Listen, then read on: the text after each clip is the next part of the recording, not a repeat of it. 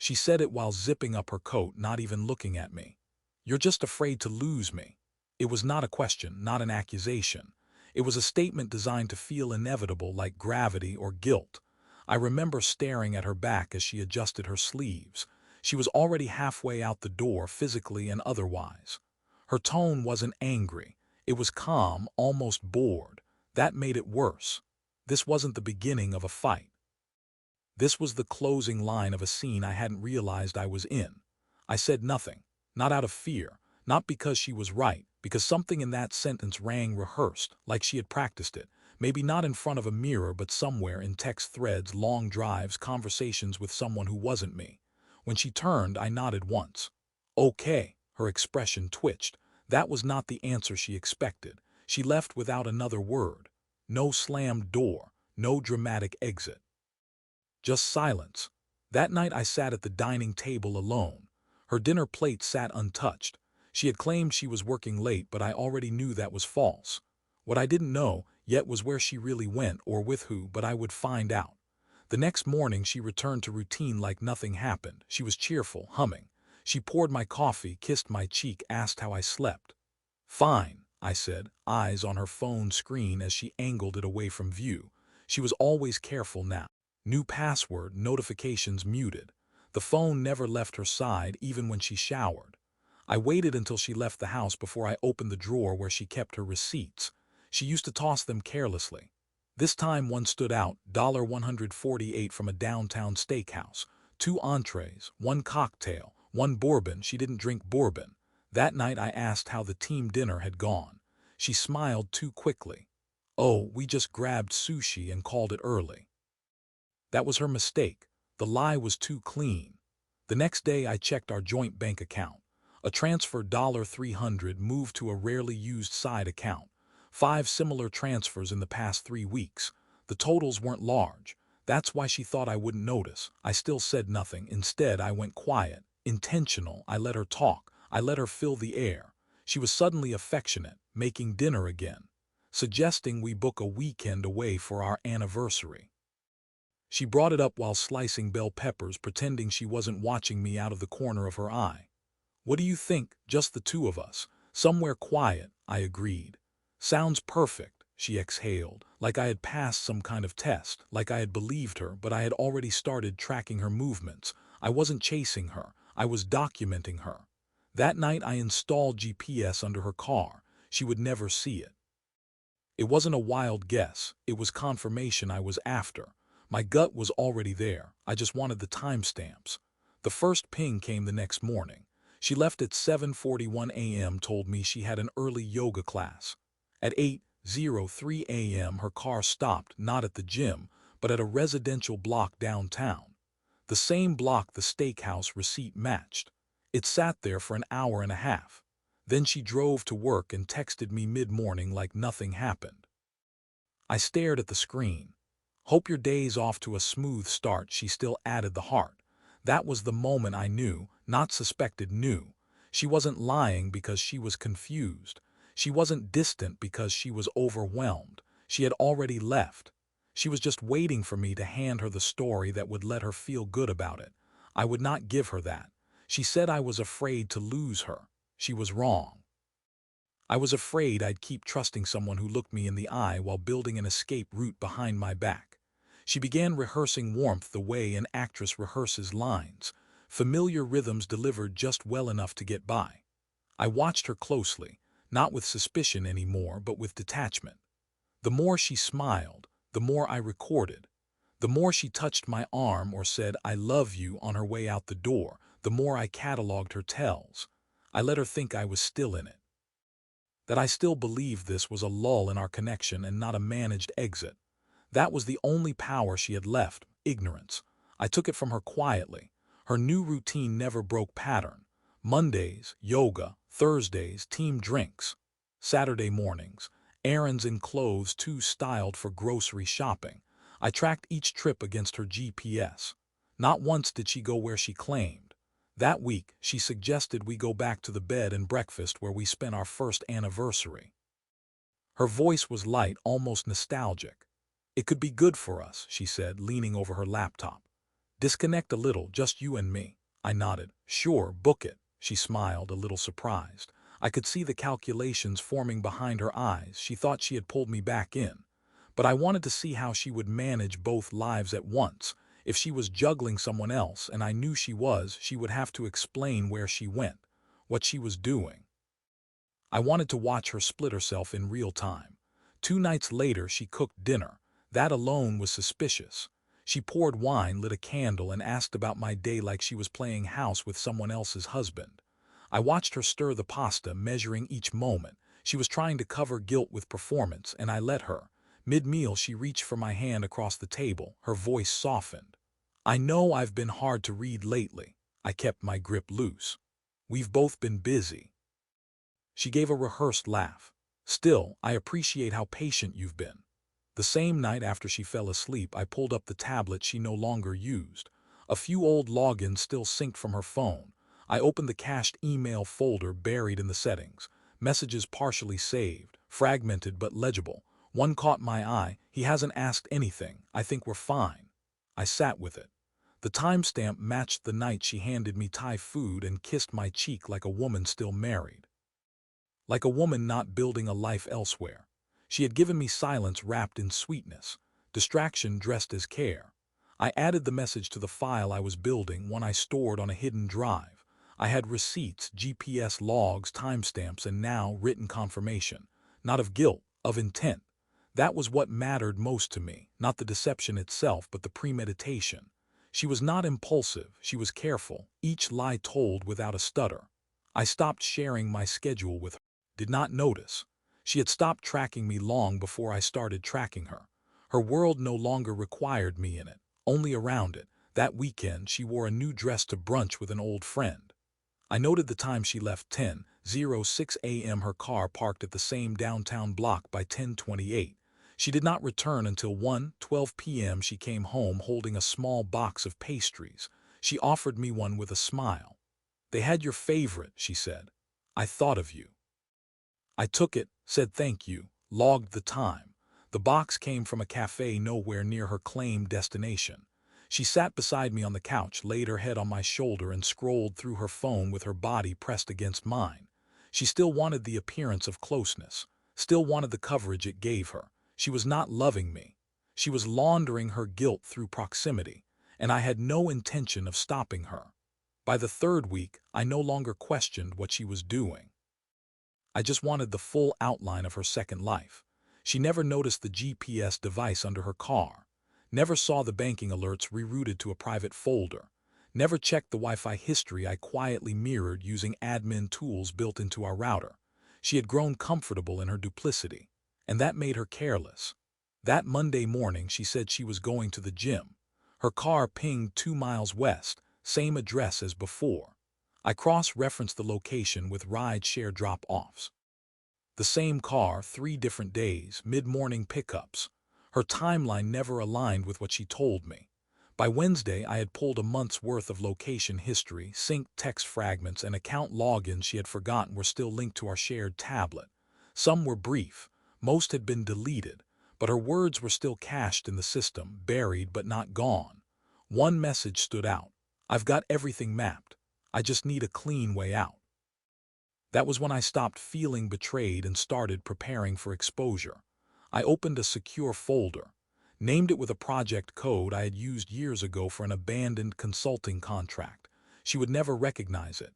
Inside, I stored every screenshot, every timestamp, every image of receipts I had scanned, a full digital outline of her departure plan. This was no longer about another person. This was a strategy. A rerouting of assets, identity, and location. I found a second checking account registered under her maiden name, tied to a new email I had never seen before.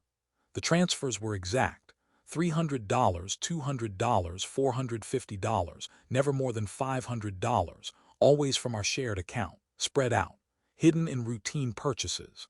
I traced the funds to a deposit made on a lease, 1 bedroom, utilities included, with a start date 2 weeks out, located in another city.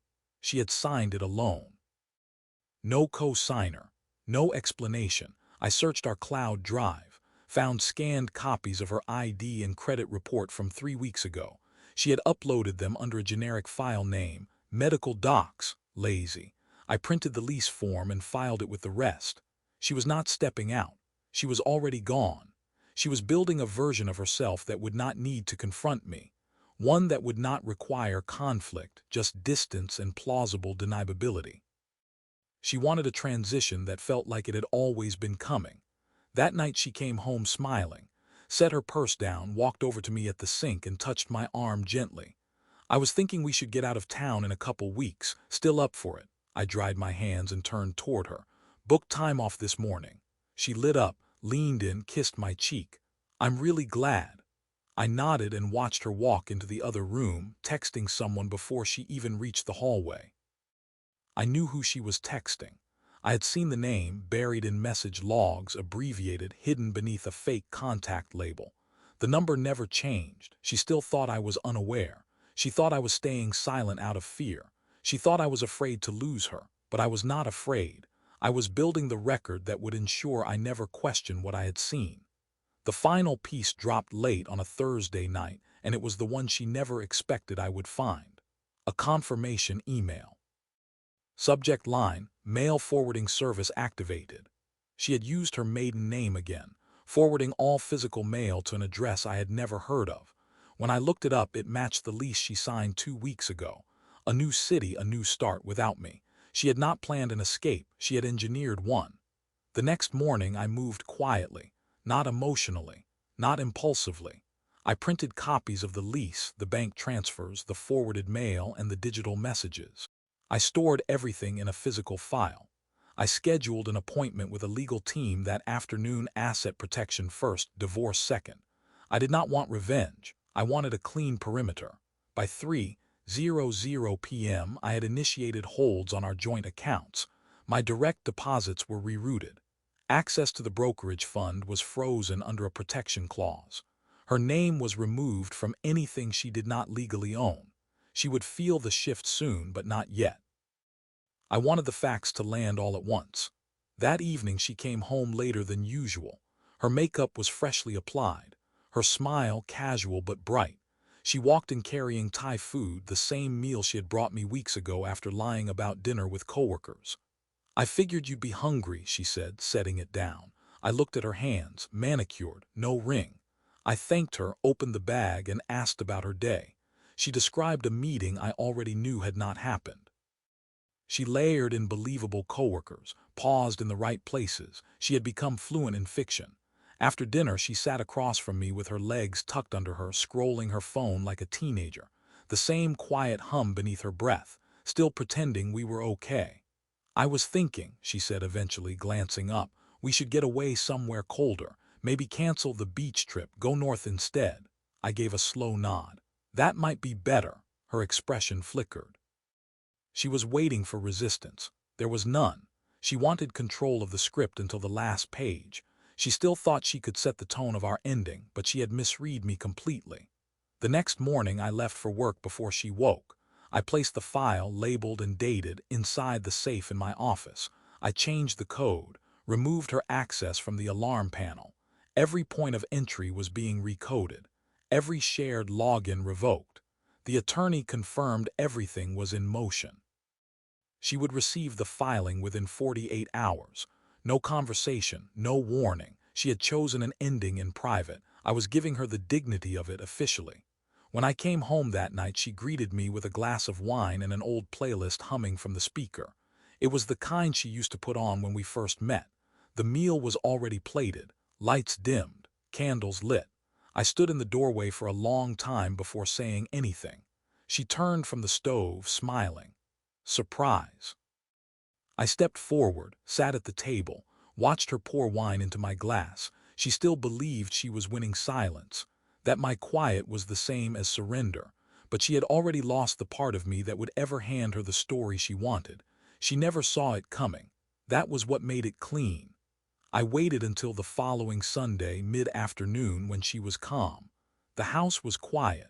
Her hair was still damp from a shower. She wore the same sweater she used to wear on our weekend coffee runs, the one she claimed was her comfort layer. We were sitting on opposite ends of the couch. She was scrolling through her phone. I was watching the last few minutes of a documentary I barely registered. I turned off the TV and stood. She looked up. I said it plainly. You signed a lease out of state, forwarded your mail, moved funds. Her phone froze in her hand. She looked up sharply, eyes scanning my face for a tell. I gave her nothing. I do not know what you think you saw, she said. Her tone was slow, controlled, practiced. I nodded slightly. You used a second email address, booked a moving service, labeled it under your maiden name. She stood now too, phone clutched like a prop. I was exploring options. I stepped into the office and returned with the folder. I set it on the coffee table between us. No flourish, just delivery. I documented everything. I have not deleted or duplicated it. This is for you to read, not to argue. She opened it slowly, flipping the pages with a forced calm. Her mouth parted once as she scanned the lease, again when she saw the confirmation of her bank transfers, and finally when she reached the cached message she had typed 2 weeks earlier. I've got everything mapped, I just need a clean way out. Her voice dropped to a whisper.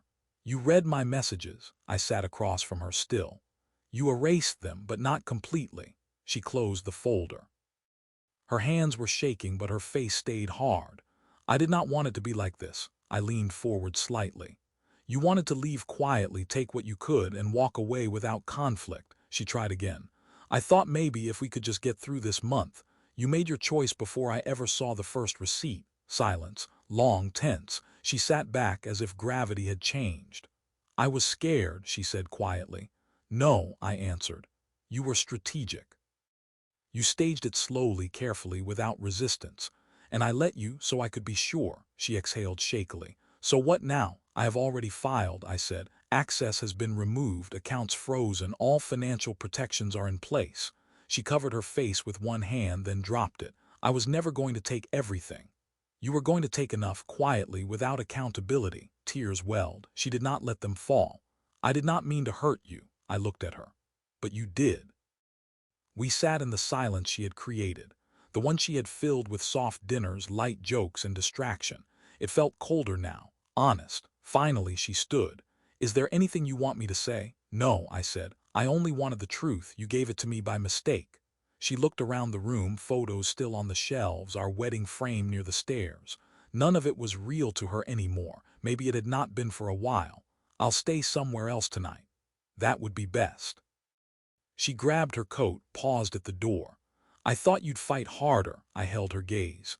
You mistook silence for weakness. That is your last miscalculation. She opened the door, stepped out into the gray light of early evening and closed it behind her. No slam, no goodbye, and I did not watch her go. She was gone before midnight. No message, no noise. I woke to an empty closet and a silence that felt earned. By the time the filing arrived at her attorney's office the next morning, the house had already started shedding her presence. Her login to our shared calendar failed. The home security system sent an alert when her code was removed. Her access to banking and cloud accounts returned errors. She did not reach out. Not that day. Not the next. Instead, her lawyer emailed mine with a carefully worded reply.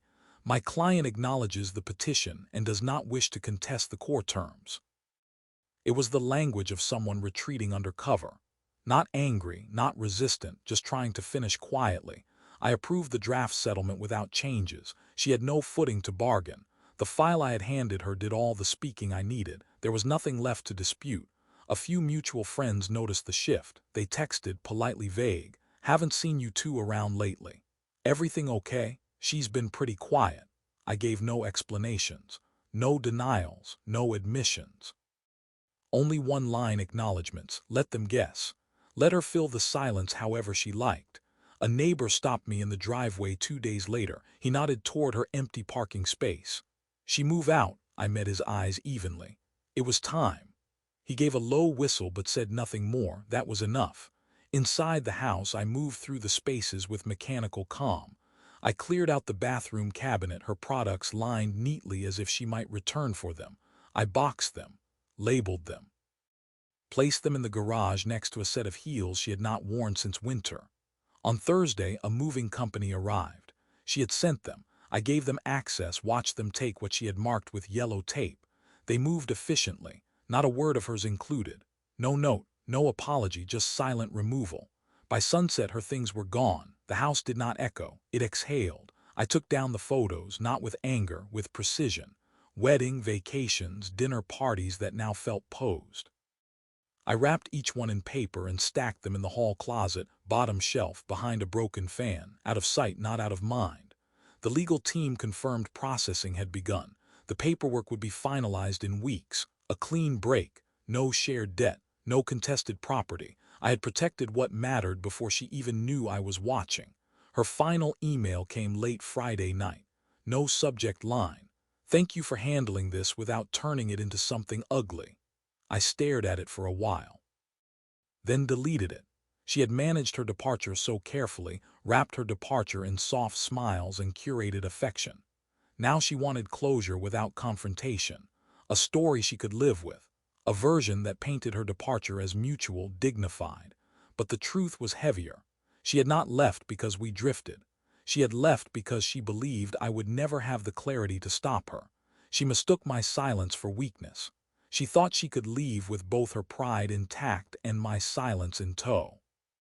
She was wrong. There would be no chaos, no raised voices, no unraveling in public, only stillness.